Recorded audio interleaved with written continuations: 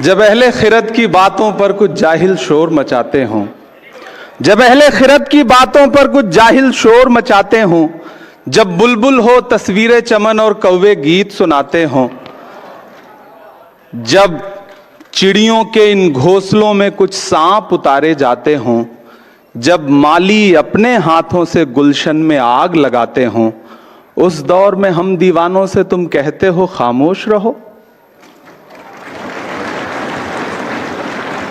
महज कागज के पन्नों पर उकेरी गई कोरी भावनाएं नहीं, बल्कि सच्चाई, नैतिक मूल्यों और मौलिक अधिकारों की बारीकियों पर सैकड़ों बहसों के बाद अंगीकार की गई एक मुकद्दस किताब, भारत का संविधान, जो भारत को एक संप्रभु, समाजवादी, धर्मनिरपेक्ष, लोकतांत्रिक गणराज्य घोषित करता है।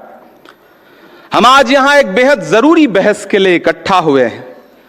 कानून के रखवालों की मौजूदगी से विज्ञान भवन का कोना कोना रोशन है। मैं अभिषेक मनु सिंघवी जी को और उनकी पूरी टीम को मुबारकबाद देता हूं इस बात के लिए कि इस मुश्किल दौर में इस लड़ाई का अलंबरदार बनने का जो फर्ज आपने निभाया है वो बहुत ही तारीफ के काबिल है। किसी भी लोकतांत्रिक व्यवस्था में अगर हाकिम के दिमाग में यह बात घर कर जाए कि मेरा आदेश ही है मेरा शासन, तो फिर यहां से शुरू होती है बुनियादी परेशानी। जिनके जहनों में फिल्मी डायलॉग घर कर जाते हैं, उनकी नजर में संविधान के पन्नों की अहमियत नहीं रह जाती है। साथियों, याद करिए, संविधान निर्माता डॉक्टर बाबा साहब अंबेडकर जी कहते थे कि आर्टिकल 25 संविधान की आत्मा है। हर नागरिक को धर्म को स्वतंत्र रूप से मानने की और उसके प्रचार प्रसार की आजादी है। लेकिन मौजूदा सरकारें संविधान की रूह के साथ छेड़छाड़ कर रही हैं। धर्मांतरण विरोधी कानून हो, लव जिहाद का कानून हो, सीए का कानून हो, वक्फ अमेंडमेंट एक्ट हो या फिर बुलडोजर का एक्शन हो, यह सिर्फ संविधान की रूह के साथ छेड़छाड़ नहीं, बल्कि डॉक्टर बाबा साहब अंबेडकर की आत्मा के साथ भी नाइंसाफी है। मेरी आंखों के सामने देश के कोने कोने से आए हुए वकील साथी बैठे हैं। जिस सरकार में बैठे हुए लोगों को संविधान में निहित सेकुलरिज्म और सोशलिज्म जैसा शब्द नासूर लगता हो, और सिर्फ लगता ना हो बल्कि इसको पब्लिकली कहने की हिम्मत भी जुटा ले रहे हों, तब फिर समझ लीजिए कि खतरे बहुत बड़े हैं। साथियों, जब कानून लोगों को डराने का और उनकी आवाजों को कुचलने का हथियार बन जाए और उसमें आपकी पहचान और आपका नाम और आपका धर्म निर्णायक भूमिका निभाने लग जाए, तो समझ लीजिए कि हुकूमतों की मंशा क्या है। मैं अपना उदाहरण दूंगा, कहीं दूर नहीं जाऊंगा और मैं विषय पे बोलूंगा। मुझे गर्व है कि मैं आजादी की दूसरी लड़ाई में राहुल गांधी का सिपाही हूं। मैं उनके साथ चला हूं 4000 किलोमीटर कन्याकुमारी से कश्मीर तक, कंधे से कंधा मिलाकर। लोग मुझसे कहते थे, इमरान साहब आप नेता बाद में हैं, शायर पहले हैं, राहुल जी पैदल चल रहे हैं, शहजादा पैदल चल रहा है। मैंने कहा, शहजादे ऐसे नहीं होते हैं।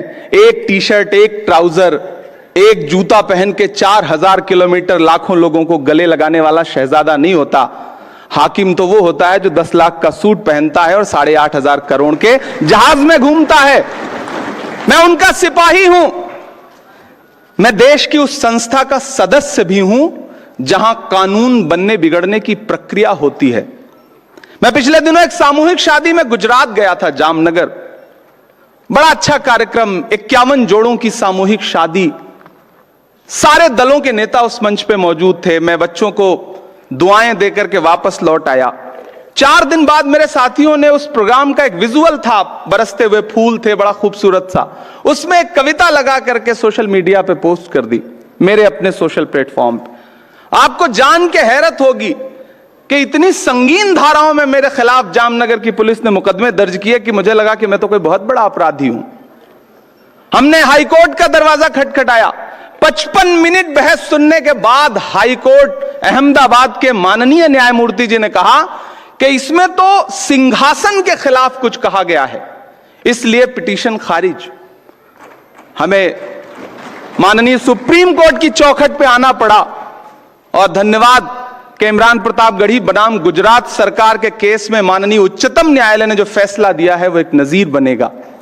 मैं माननीय उच्चतम न्यायालय का आभार प्रकट करता हूं। साथियों, माननीय उच्चतम न्यायालय ने एसआर बोम्मई भारत बनाम भारत सरकार के आदेश में भी ये कहा था कि धर्मनिरपेक्षता संविधान की मूल संरचना में निहित है, उसे बदला नहीं जा सकता।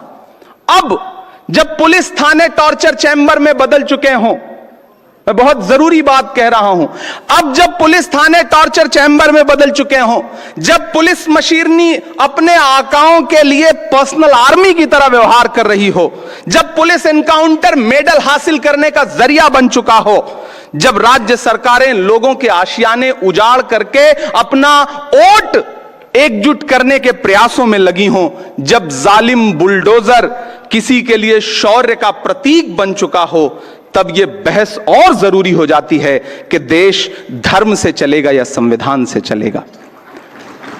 साथियों, मैं अंत में आपसे बस इतना कहना चाहता हूं, कोई लंबी तकरीर नहीं, कि मौजूदा हाकिम के काम करने का तरीका बड़ा अलग है।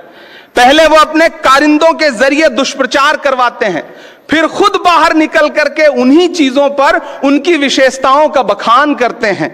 आप कैसे भूल सकते हैं कि दशकों से देश की संसद की महत्ता को कोसने वाली पार्टी के प्रधानमंत्री बनकर 2014 में जब नरेंद्र मोदी जी देश की संसद में पहुंचे थे तो सबसे पहले उन्होंने देश की संसद की सीढ़ियों पे मत्था टेका था। याद है आप सबको वो मंजर? और उस मत्था टेकने का अंजाम क्या हुआ कि महज 10 साल के अंदर उन्हीं सीढ़ियों से बनी हुई संसद को बदल दिया उन्होंने। पुरानी संसद बदल के नई संसद कर दी। इस बार उन्होंने संविधान को मत्था टेका है, तो खतरा बढ़ गया है। सतर्क रहिए, जागरूक रहिए, संविधान को बचाइए, और सिर्फ बचाइए ही नहीं, हाकिम की चालाकियों को बेनकाब भी करते रहिए। कातिल ने किस सफाई से धोई है आस्तीन, कातिल ने किस सफाई से धोई है आस्तीन, उसको खबर नहीं कि लहू बोलता भी है। बहुत शुक्रिया। एक बार पुनः अभिषेक मनु सिंघवी जी को एक शानदार कार्यक्रम के लिए बधाई, और पूरे देश के कोने कोने से आए हुए न्याय के रखवालों को बहुत आभार, बहुत दुआएं, बहुत मुबारकबाद। शुक्रिया।